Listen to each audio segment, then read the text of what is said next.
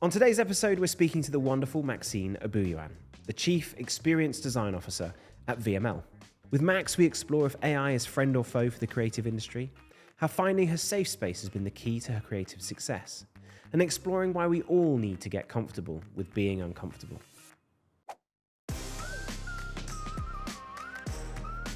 Max, wonderful to have you on the Fall Forward podcast today.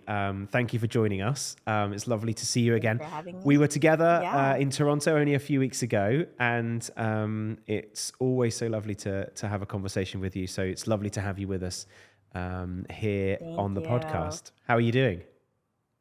I'm doing great. Yeah, no, I think I just told you we just had like a long weekend. So very rested, ready to have great conversation, ready to jump back into, all the things that are cool and interesting about the industry. So happy to be here. Brilliant. Well, look, we met Max a long time ago, and Mm.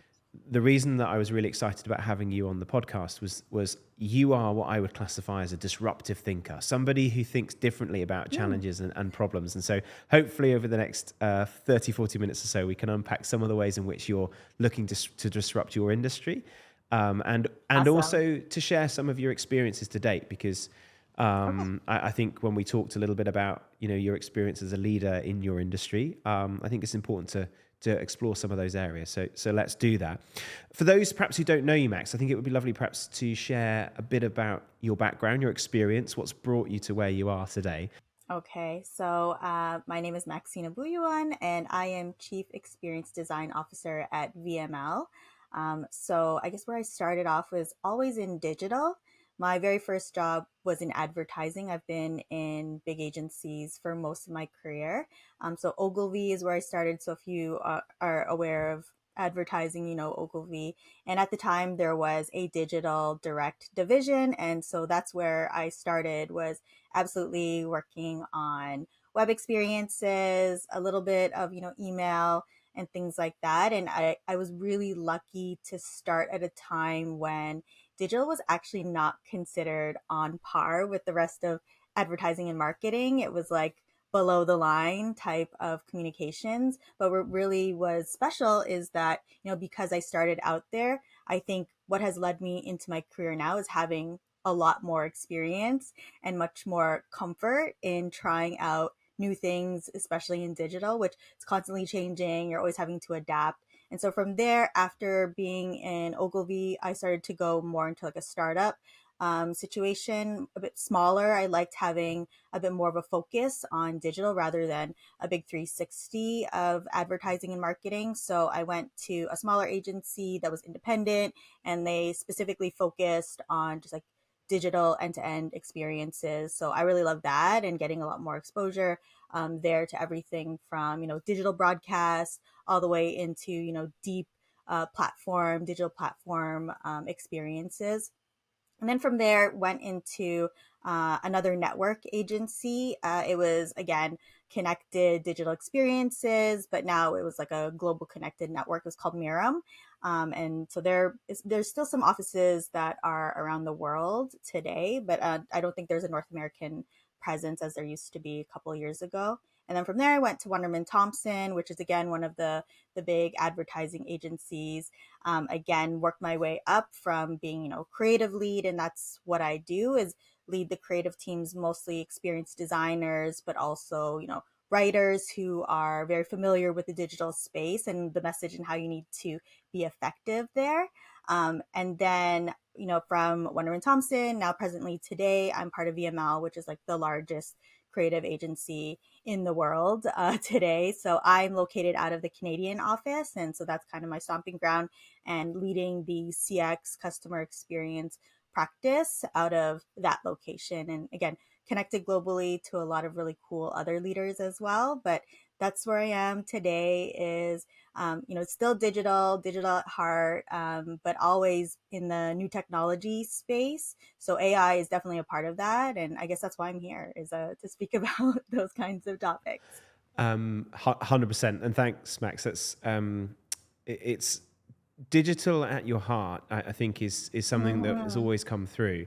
But also creativity is something that's obviously very important to you. Where does that come from in you, Max? Is that something you've always enjoyed growing up, or Yeah, so my trade is in when you pick a stream, you pick a major when you're in creative in advertising, and so my trade is more in copywriting. So when I was a kid, loved books, loved the public library. I was there all the time, like taking out the maximum amount of books. Loved reading everything. So then I loved writing, creative writing. You know, I went to school, University of Toronto. It was about like literature and just like really absorbing a lot of that. And then it was interesting that I found, you know, there could be a career in writing that wasn't, you know, having to write a book and like toiling away at trying to get that off the ground, which I'm sure is like super difficult. Maybe someday I'll write a book. But I was like, wow, that's cool. Like, I actually get to write the words that end up, you know, getting people, convincing people. And then me and my sister always talk about how we're really good liars, but I think that just means we're really good at like storytelling. So I think from there it's just like a natural thing, was like a lot of creative writing when I was a kid, and just like having the you know, imagination of how I could convince people to, you know, buy something, do something, take action, has always been, I think, at heart of like who I am, and using those skills in hopefully a positive way, more effective way. Yeah. Do you think that the um, the B2B world has forgotten the art of storytelling? The perception is that B2B is very boring, very dry, very matter of fact. But the insights that we are finding when we are working with our clients is that there is a craving, a desire. Those consumers are just as, you know, open to a creative story. Where in the past, I think they were ignored. They were absolutely ignored. And a good agency needs to realize that a business is also made up of people that want to be, you know, convinced of the reason why would they should do business with this particular business. What is the beyond the transactional Yeah. benefit? And I'm sure you know too, is a lot of business deals are made because you just like someone. So if you're if you don't like the brand, they seem boring, seem cold, corporate.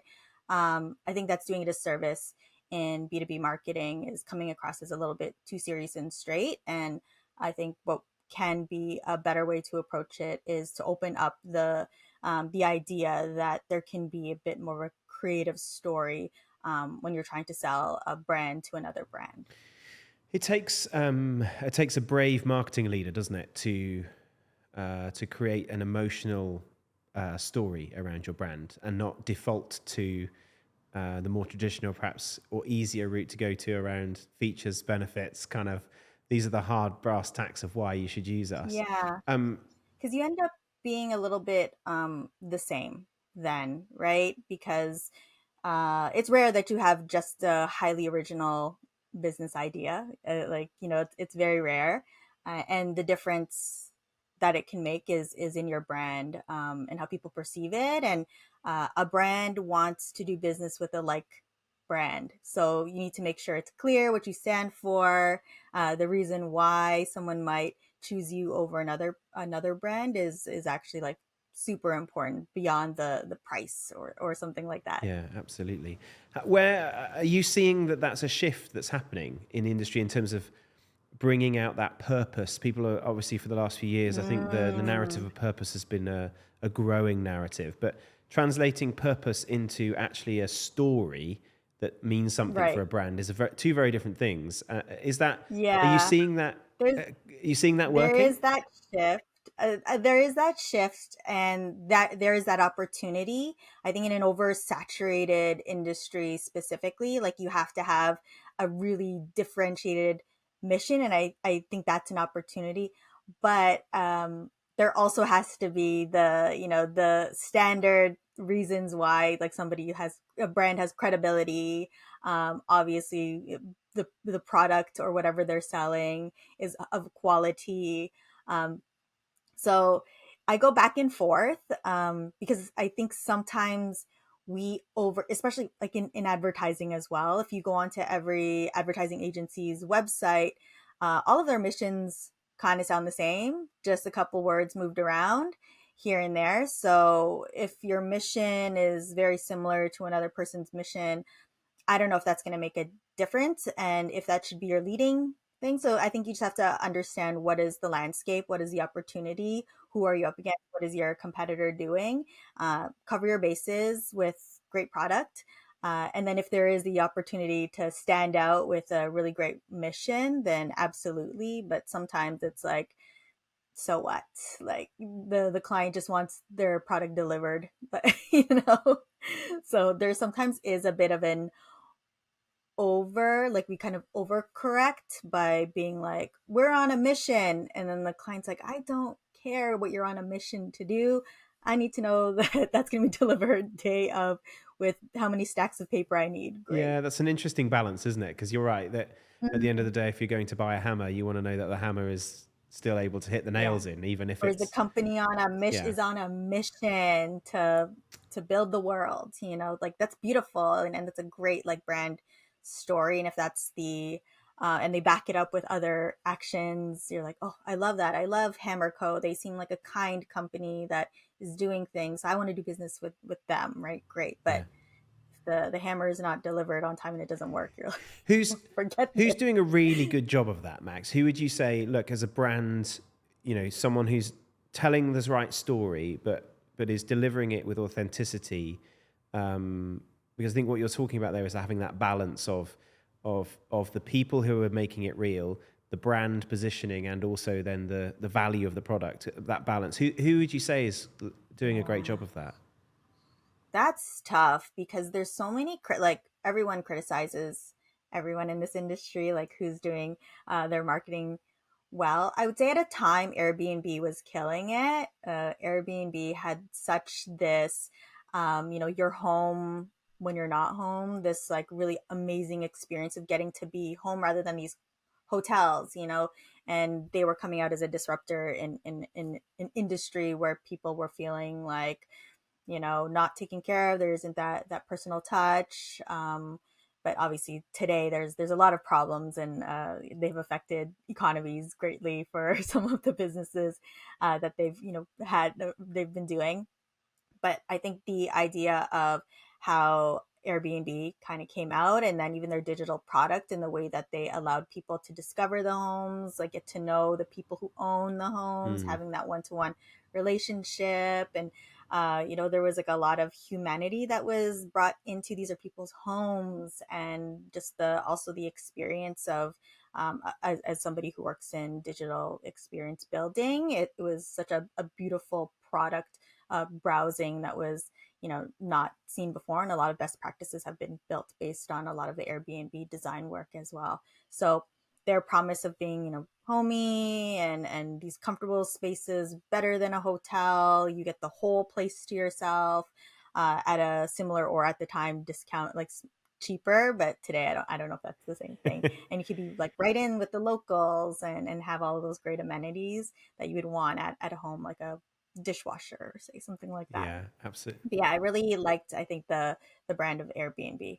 Yeah, I think you touched on a nice point, which is the warmth of a home, and I think Mm-hmm. that's a really important part, isn't it, in the Airbnb story, which is that feeling at home when you're away from home is actually quite a powerful thing, and I think they encapsulated that really nicely. And what an amazing business model to go to boot. So, yeah, very very very interesting. Let's kind of come back to you a little bit, Max, and kind of understand. So, experience design, Yeah. digital design, um, Mhm. it's a battleground, right? For eyes, Yes. it's a battleground for clicks, it's a battleground for Yes. journeys and pointing people through that Mm-hmm. place. What's kind of like the key area at the moment you're seeing that for leaders and members who are listening to the podcast that they should absolutely be talking to their teams about and saying, well, look, if we're not doing this, this is Yeah. something we need to absolutely be mindful of. Totally. I think for a while people ignored even just like having a website. Then pandemic happened, and everyone's like, "Oh crap! Like I have no way of actually communicating with my customer if they're not able to come in person anymore." And there's just this importance in websites. And I know with AI and the advancement in technology. A lot of people are questioning the purpose of a website, but it is an own property that you're able to communicate your brand, to communicate the benefits of your product, to be able to get data, to learn things, to get testimonials. It's such this place at the moment that I think has the vast amount of ways that you can get data.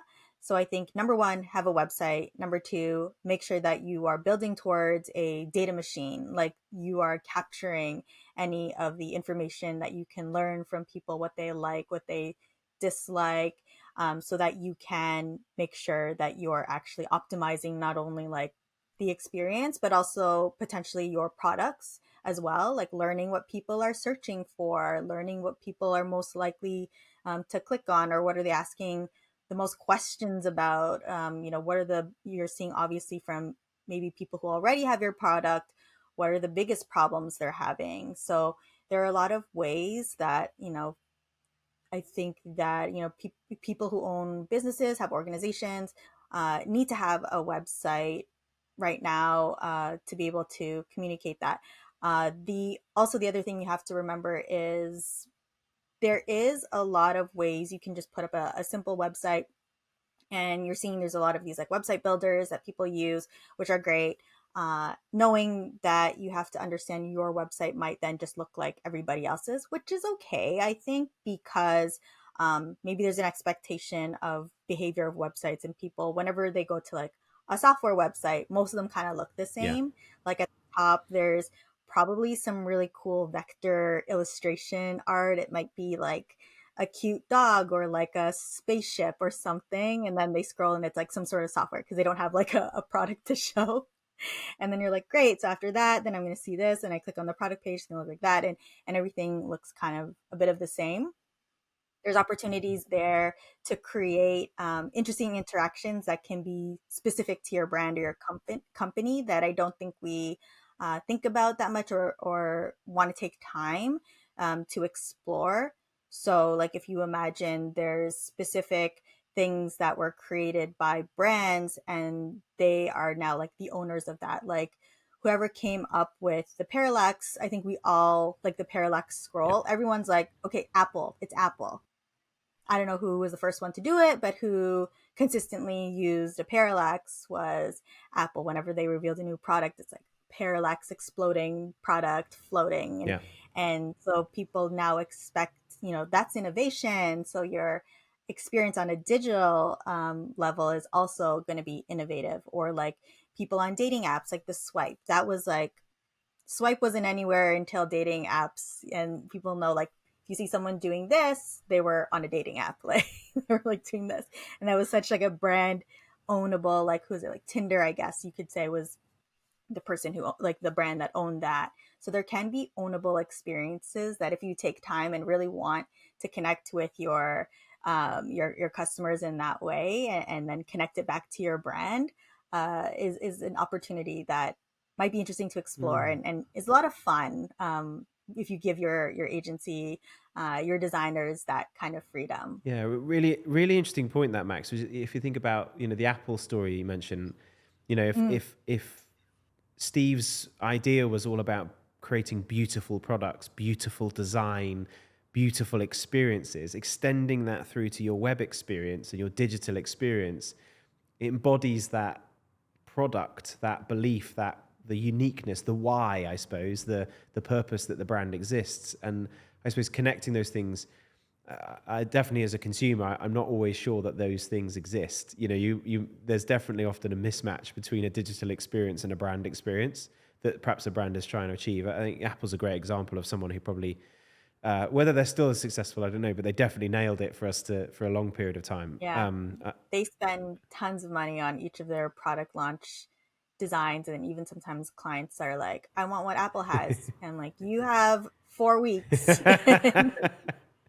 Like, you have 4 weeks. We don't have time for all of that. But if our clients approach us and give us the time, there can be those really interesting, engaging, interactive experiences that can be that great thing, because beyond seeing advertising, the website is a place that they're going to take a bit more time to explore, to make their decision.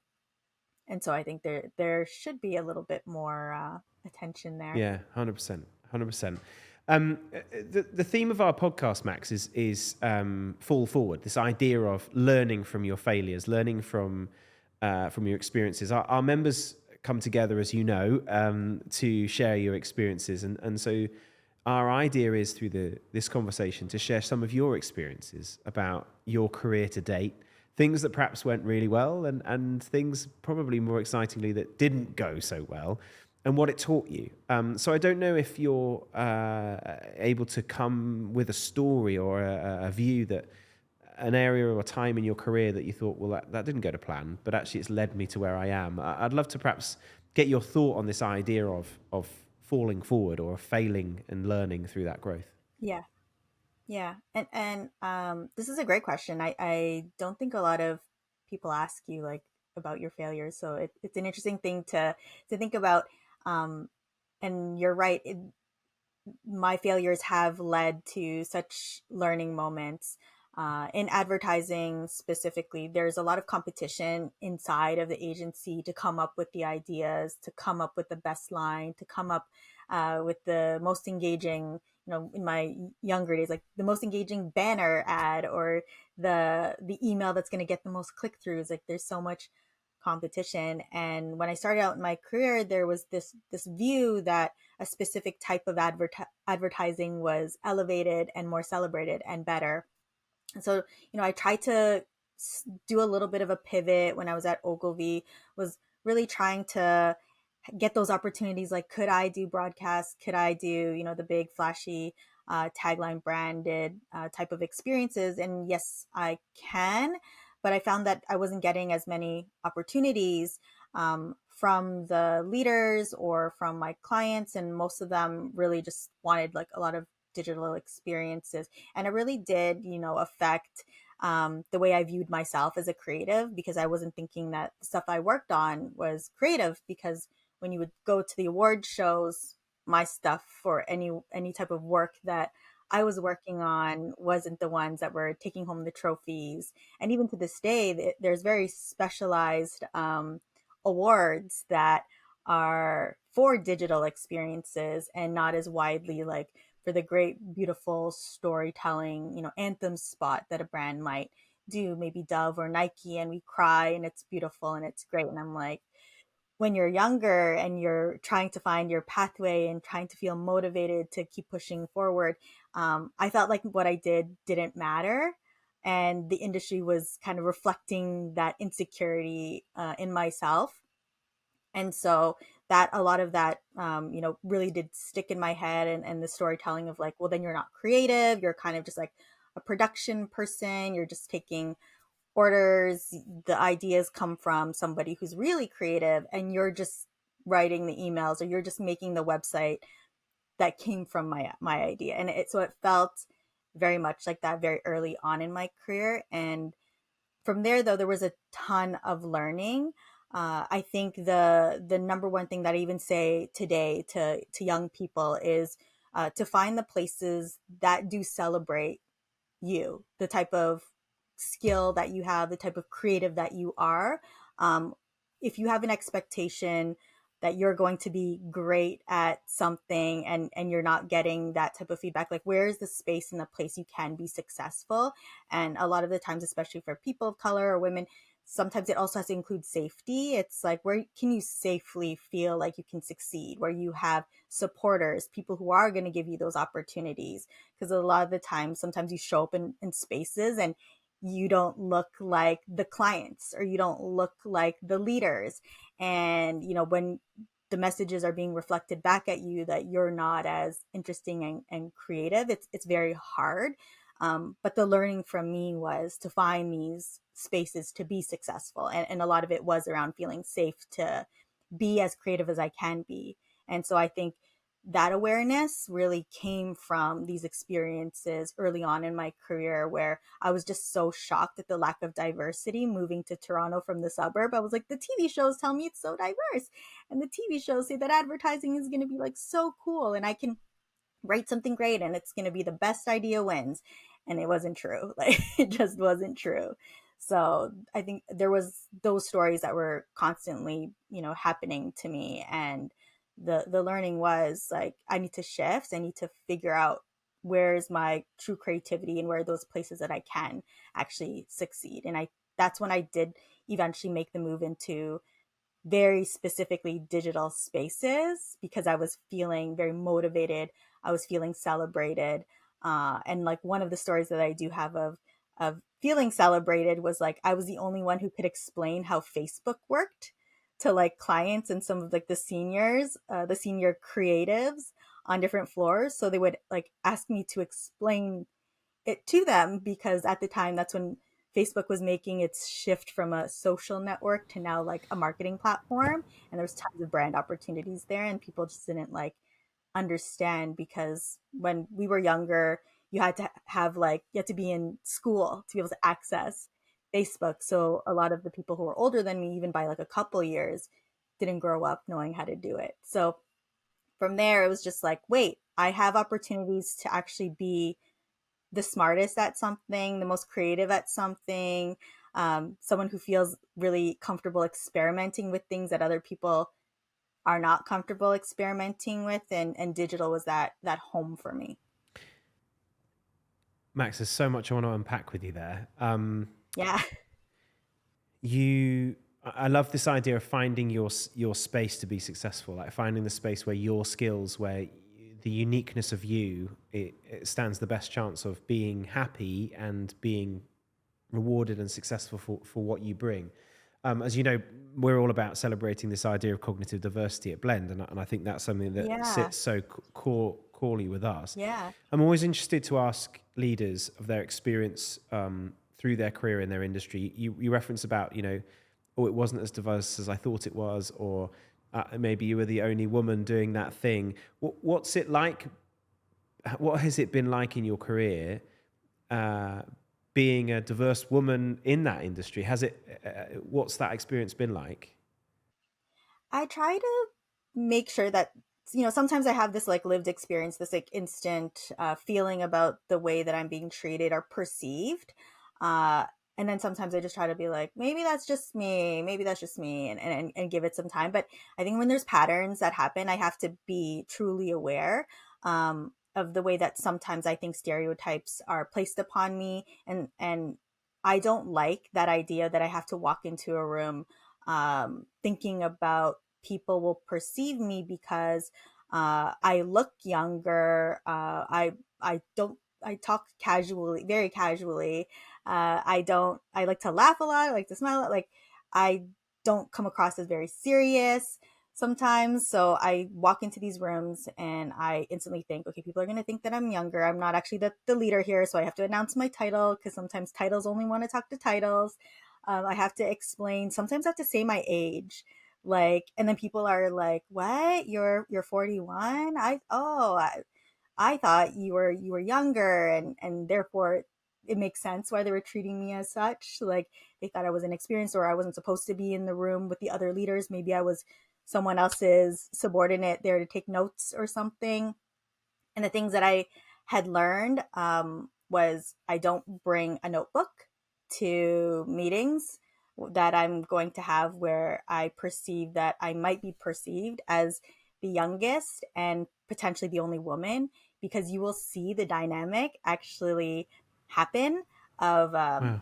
pointing at somebody if they could take notes in a meeting. And so I've learned, like, do not bring a notebook and do not, like, so I might look like I'm not prepared, but I'm actually prepared. Like I'm prepared to engage in conversations. I have a very good memory. I can take it back, and usually whoever else is taking notes will take those notes instead, and it's not going to be me. Like I refuse to.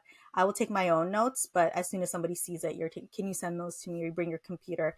Can you send me your notes? And I've learned in specific spaces to not do that, at least for the first, like until I get the group dynamics. And then obviously like professional meetings, I do bring my I do bring my computer. I have to do work. I have to take notes for myself as well. But when there are like, say I'm starting I'm having a meeting for the first time with a bunch of new leaders. I will not bring my I will not bring my Really notebook or interesting. computer. Interesting that that's a thing that for you you've identified. I love also the perception piece, because you mentioned that some of it is that your perception of a scenario, or is that really the truth? You know, if I think about the first time that I met you, that warmth, that relaxedness, that smiley nature are I things. really wanted to have The fun because I felt people were really serious and scared, and I was like, "Wait, I thought this was AI. It was supposed to be Well, fun." this for me, I found actually a superpower. That for me instantly Cool. drew me to you because of those things, Mm, and it's interesting how that might be my perception, but your perception of the right. other side of that may be feeling that that's not the superpower. Maybe that's the, and Yeah. that's really interesting as leaders I to think about, absolutely. that, you know, our view looking out is not necessarily always the view that's coming back in, but at the same time, understanding when that is a bias, or when that is Yeah. like you said, being deprioritized in a meeting because of how you look versus Yeah. necessarily what you're bringing in terms of the value and the experience and the knowledge and all of the things that you're bringing to the table. It is an interesting conversation for us as leaders Yeah. to think about. Um, you touched on something about you were at a point in your career where, because you were from a demographic and an age group, you understood Facebook, you understood how to use that. Do you see history repeating itself a little bit now when it comes to Yeah. AI?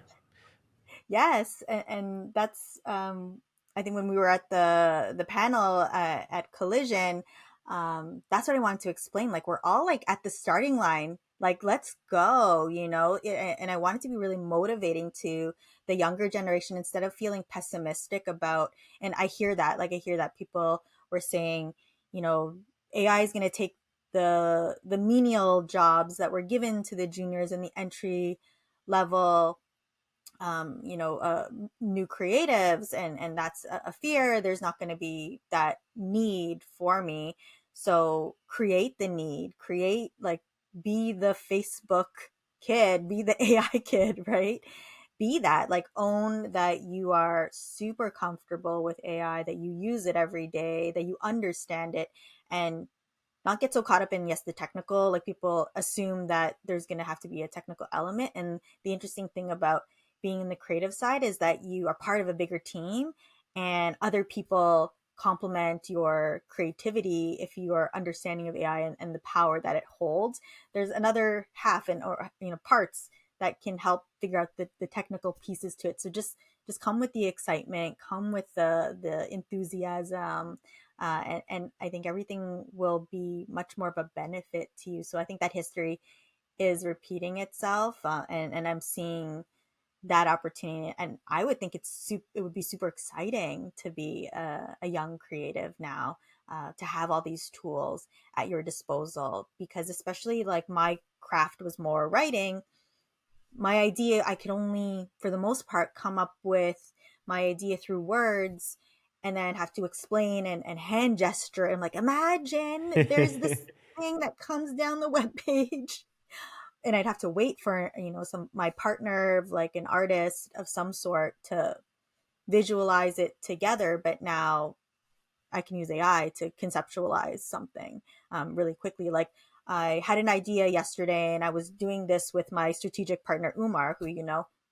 and then I made it on using like a visual like Dolly. I think I was using Dolly, and he's like, write the idea down. I get it from like the image because I was just like speaking. He's like, write it down, write it down. That's great. I love it. Like because as soon as he could see the visual, he was like, yeah, that's great. Like that's an amazing idea. Mm. And he's like, oh, I have so many of the insights for that.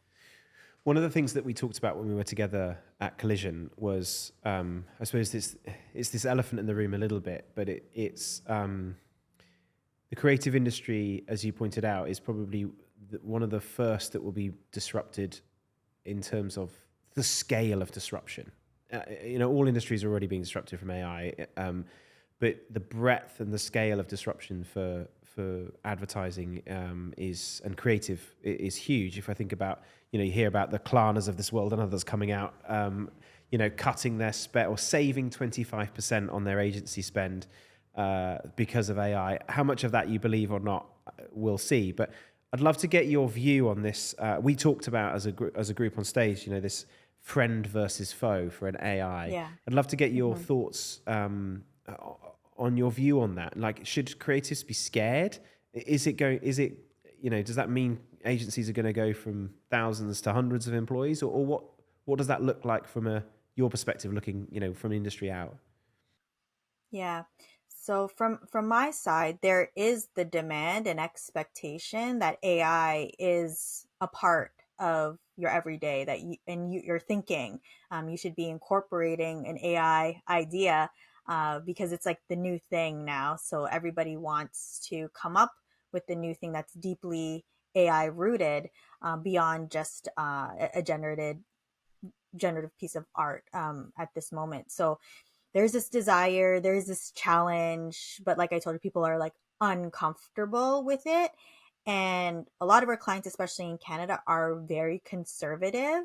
So I think we're all like, hurry up and wait, because there's going to be, we're all like slowly, and just like our toes are all like at the line, because somebody is going to fail, and we'll all learn so much from that failure as an industry, and then it's just going to explode. I think like everybody needs to learn from somebody's really bad, expression of using AI, and then all of the right things will fall into place, and all of the preparation, experimentation, ideas, are just going to get out going to come out into the world. Right now, especially I think in Canada and North America, it's very cautious. But I think you're absolutely right. As soon as enough of the big brands start absolutely incorporating AI into their customer experiences, and you're already seeing it to some degree. I'm sure like fast food places are gonna it's gonna be AI generated, like AI experiences now, and like how you're going to be creating your orders on, Uber Eats or something. Like all of these things are going to start to go in, and the big players are going to teach us things, so that it's just going to be an expectation, and clients will feel more comfortable actually investing, because it's going to cost a lot of money. Mm. um, and like it's high risk, I think, at this moment. And that was like super apparent at the Blend event, was how many people in the room were just really apprehensive from like a legal perspective, what could happen, privacy perspective. Absolutely, like I'm seeing these amazing things happening behind the scenes right now that would revolutionize the way that people would use websites, people would experience things in store, but they're not actually like sold, or nobody's like gonna sell it yet. Because I asked questions about, oh, could I connect it to private information? Could I connect it to that? And they're like, yeah, probably you can. There has to be some opt-ins. There has to be this. Maybe you can make it like conversational and smooth. And I'm like, which brand is gonna do Be that brave. first? Mm. Through my voice, say, yeah, sure. Totally connect my banking or my health information to the machine, please. Yeah, and that's an interesting point, because what you're saying, and what we're hearing with members as well, is that where do I get started? I know I need to be using this tool. Where do I get started? But when you're a large incumbent, our members are the largest businesses on the planet. They are naturally risk averse, and so nobody wants to be the person that loses the It's the little billions. guys that are innovating. And yeah, and that's the point I'd be interested to get your view on, is that we saw it the dot-com boom. We've seen it with the cloud. We've seen it with, there are certain players that come out of nowhere. With AI, the potential for that is even greater, right? In terms of the disruption that we could see in marketplaces, because of the fact that your 14-year-old grandson or whatever can have access to all of the same tools in their garage that we can have access to. Uh, are brands worried about that? Yes, all the time. And that's why there is this like urgency, because the view of these large organizations is, you're so powerful, you have like the most intelligent people, processes. um where is your AI thing? And then you don't want to be last, but everyone's scared of being like first. So Yeah. and everyone's figuring it out, especially global organizations. We're still trying to figure out, I think, the logistics of it all, and then the mass training of everyone. Who needs to be trained? Does finance need to be trained as well? Maybe. So there's a lot of that's happening, and everyone's like raising their hand to say, I want to learn it. What am I supposed to learn? And then how am I supposed to use it? Because I think that feels very foreign for people like you and me, who are just like, just give me the thing, I'll play around with it, I'll figure it out. I'm gonna click around, I'm just gonna do things that I want to poke at it, and then like in the privacy of my little cubicle, and do stuff. But there are the people who are like, I need to know exactly what you want me to do and how I'm supposed to use it for my job every day, because that's how some people function, and that's fair, especially if you have somebody who has a very regimented role, like I was saying, finance. Yeah.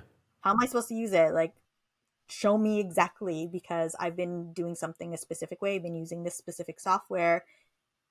How am I supposed to use it now? And what's the expectation? Which I think is fair. So not only are we trying to figure out how are the ways AI is going to make business better, products better, it's, I think, even just the logistics, operations Behind that. piece of it. When we first met, one of the things that you inspired me around was this. We talked about AI when we first met, and you said, for my team, I want them to make AI their bitch, and in the sense that you wanted to create an environment for them that they could push it and try it and get loads of stuff wrong. And earlier you mentioned in your own career journey finding a safe space where you can be successful. The thing that inspired me, Max, when we met, was that you were clearly focused on creating an environment for your team to fail, to go and try stuff and be safe in that. What you're also talking about there is that there are naturally risk-averse people in businesses.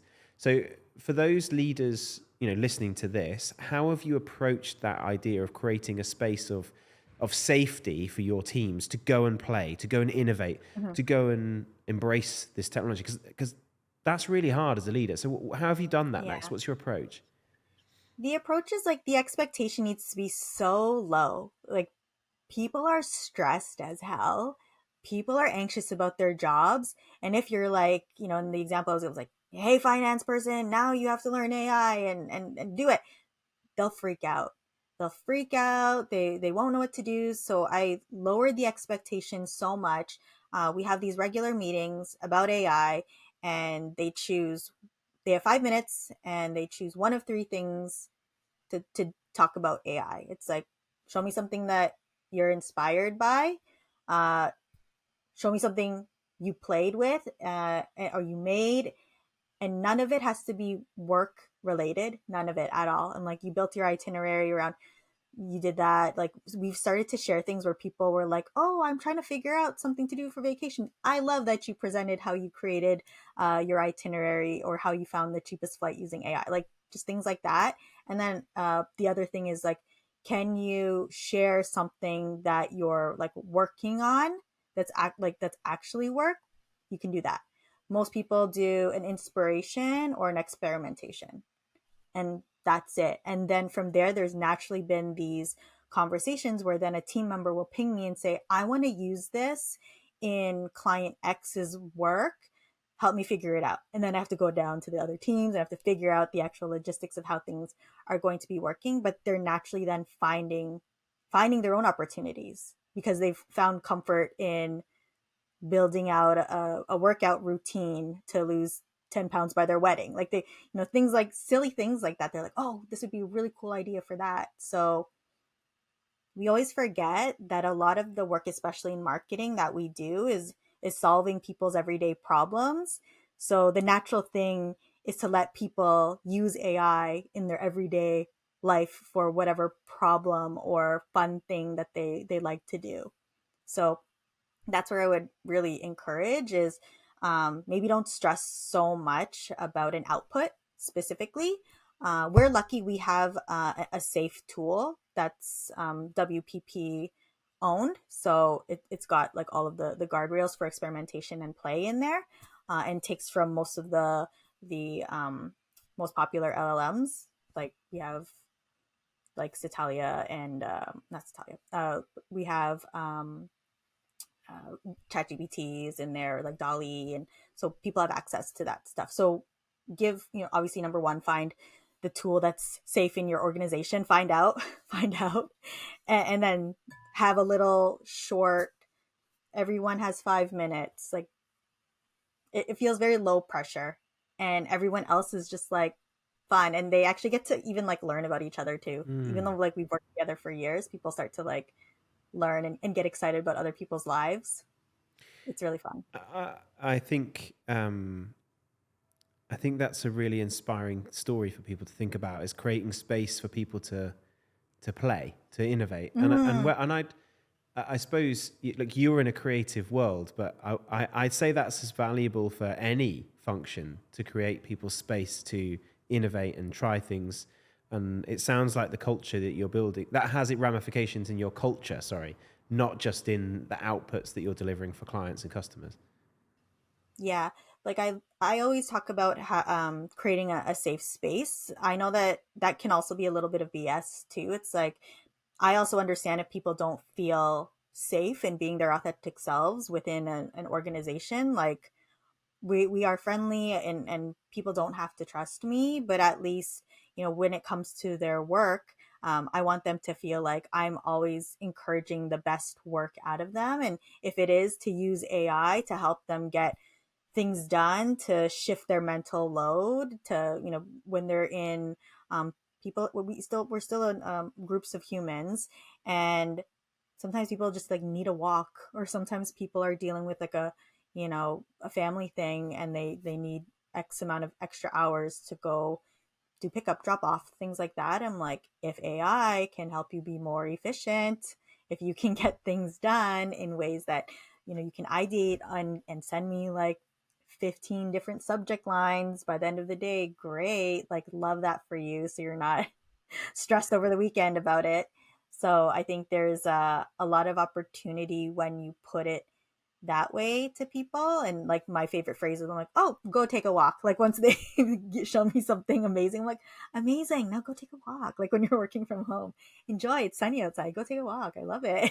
This is great work. Yeah, you've earned the ability to give yourself the Yeah, step space. Yeah. away. Yeah. But that's also smart leadership, Max, because if you're anything like me, that walk is a space to Mm-hmm. think, and it's a space Oh to my innovate. gosh. And I think a number of people on the podcast we ask, and I'll ask you later, but one thing that you'd give advice or a guidance or a piece of advice to everyone. I think one or two of our guests have said, just go take a walk, give yourself the space to think. So I love that. You're not only rewarding, but you're also hopefully giving them space to be creative, which is powerful. We have a section in our podcast which is taking a question that we've been given to share with you or ask you from the membership. And so the question for you is, how do you envision the future of your industry evolving over the next 18 Yeah. months because Yeah. of the impact of AI and all of the things that are happening? What's your view on that? We touched on it earlier. Everyone's job is going to change. The organizations cannot ignore that AI is an amazing tool for just efficiency. Like at the very least, Mm. like we were talking about Klarna, like the cost savings is there. So I think that's a big motivator, that it's going to happen. Every organization is going to find out how AI is going to be the best way to make things a bit more efficient and cheaper. Like that's business. So what that means is jobs will have to change. There is the reality that either change or replace. I don't know yet what specific jobs it will replace, but absolutely there is going to be a change in how I do my job, how you do your job. People are going to expect the blend events to have AI something something. You're just like, I have to figure it out, right? So that's absolutely like the thing that I'm seeing. And then when you do business with another organization, they're gonna absolutely expect that there's that level of like work happening for you as well, because like it's just going to raise the bar across all boards and across all markets. So specifically in advertising, I think the number one thing right now is people want to see the generative, beyond generative AI. Like they want to see the big ideas that are AI uh, rooted. And so right now we're in the look, I made this in art, and it's cool. And the prompts that I wrote inspired something amazing. But now I think there's another expectation and another layer of how we're connecting all the different parts of AI into an interesting idea or experience. Like how can, voice, video, um, just actually like putting together information information atoms and then spitting it out into another uh, totally new experience that's just for Steve or just for Max, is going to be a hyper big expectation in the marketing and advertising world. So I'm really excited about that. And but I think on the positive side, there's going to be new roles. So like we talked about, there's going to be I need an AI kid, hire me like 5 AI kids. I need them, right? Like who are going to be the AI creative directors. And we're already seeing that. Like I think you've interviewed a few people who their jobs are specifically AI every day. So in creative, I think there's going to be that shift. And I'm not going to be surprised that if my next hire we're changing in the job description, that AI is going to be part of it, whether it's the tools that you create, that your not just the Adobe Creative Suite, but also that your ChatGPT or Perplexity, DALL-E, this that is going to be an expectation, and then that can differentiate you from the rest of the kids that are coming in. Yeah. And we touched on this when we were together last, but I'd love to share your view on this. And so for you, friend or foe AI for creative industry? If I have to pick one, I think it's friend. I think it's friend. That's the way that I'm approaching it at this point. That there's so much good that can come out of AI, especially people who work in the digital space. And we've been trying to solve things like personalization in a way that feels human or feels natural. I think AI has that ability to fill that gap, where there's so much of this like having to tell the experience something and then waiting, searching the thing. Like there was a lot of like pause and back and forth before you could get a truly made for me experience. But I think AI is going to be able to create those experiences now with much more ease. So that's where I'm thinking like AI can absolutely like come in and help. Yeah, So I I, like I that. think it's friend, and the fact that it's helping to energize and bring in a new type of creative, especially me being a digital creative who like I carried with me that I wasn't creative. I'm like, haha, look at this now. Like AI is technically kind of a digital owned thing. So I'm like, it's not a big billboard. So until like people are making billboards, using generative art, but that's fine too. But I'm like really excited for the new creatives who also see their path in digital and having this new, and I feel like if you have that type of personality, spirit, mindset, that AI is an easy skill to pick up, especially for the demographic who is just so comfortable with like figuring out things like filters and creating like completely edited videos just on their phone. Like they're going to be fine with a few text-based prompts and figuring out how to do that. I liked when we had this conversation when we were together in Toronto that it's like you're getting to know a new friend. That's you're still cautious. You hope you Yeah. like the new friend, but we're still getting to know each other. So I Yeah. like how you talked about that. I think that's lovely. Max, my last question for you is one that's for the membership, for the listeners, and that's to ask you for a recommendation, something that you would share with our members or listeners who are, of course, leaders of large businesses, a hint, a tip, a piece of advice that you were given, perhaps that has always resonated with you. It could be anything, but what would that Yeah. be?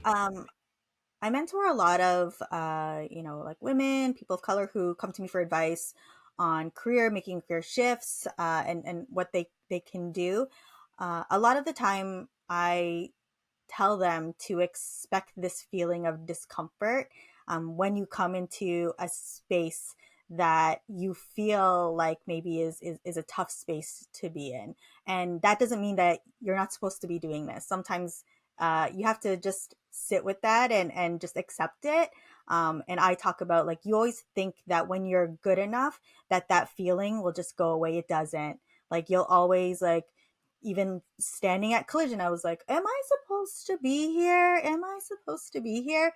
And I'm just like, oh, there's that feeling. There's that feeling. Like, there it is. So to sit with the feeling of discomfort, just welcome it and expect it. And then to also, when you think about your own skills, because then you start to measure your skills against others. Maybe everyone else has like 10 of the skills and I only have 3.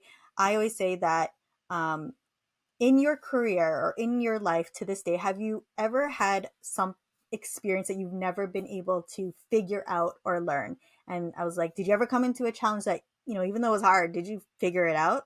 And they said, yes. So I was like, you have 3 out of the 10 skills. I'm sure you could figure out the 7. Like, believe in yourself a little bit more. Think of your skill set as, something that you can apply to a challenge. And then maybe your 3 skills are the tools that are needed to succeed at a big challenge. And I'm like, just believe in it. Just go ahead. I'm like, do you think that every single person who's going up for that job or who's going up against that challenge is thinking how you're thinking? You're not good enough. And there's probably people who also have 3 and are acting like a 10. So I'm like, go for it. And I know that their lived experiences are making them feel like 3 isn't enough. But I try to explain to them that there's people on the other side that are thinking the exact opposite. They're like, I have 3, but I deserve 10. So just like, do it, just do the thing. And even when you feel the feeling of not being good enough or belonging, that's natural. I'm like, we live in a really hard system sometimes where, like I was saying, sometimes the perception, maybe your accent, people are going to think a specific way about you. And it's not wrong to have those feelings, but don't let those feelings then drive your drive or your opportunity, or are you going out and like meeting somebody. Like, just do it. But also like honor that feeling. Max, you embody so much of what it is to be a Blend member. I love that answer and I love that advice. Being comfortable, being uncomfortable. Get comfortable being uncomfortable is Mm-hmm. such good advice. I think if I think about what we're challenging our members to do every day, it's to meet people who are different from them, isn't it? It's to Yeah, it's access hard. access ideas that are going to be challenging to you, experiences that perhaps you don't always agree with or that you don't align to naturally. And that is an uncomfortable thing. And I think such a great piece of advice for us all as leaders, no matter where we're at in our career, actually, to keep putting ourselves in those uncomfortable places, because that's where their growth happens. And whether we're on stage together in front of 1,000 people or whether it's, we're in a meeting thinking, wow, how do I match up with this person? We're all there for a reason, and we can figure it out. So I love that advice, and it's such a positive note to finish on. Max, thank you so much for being with us today. I love our exchanges, and I love your positive I always have approach fun. Yeah. to leadership. I'm sure lots of people will reach out to you and ask you questions about your experience, your life, and perhaps some of the things that you're already doing with AI, which is quite exciting. But thank you for your Awesome. time today, Max. It's been Yeah. lovely chatting to you, and we look forward to seeing you very, very soon. Yeah. Thank you. Yeah. I'll see you again. Make sure you subscribe to the 4 Forward channel so you don't miss any new episodes. I'll see you soon.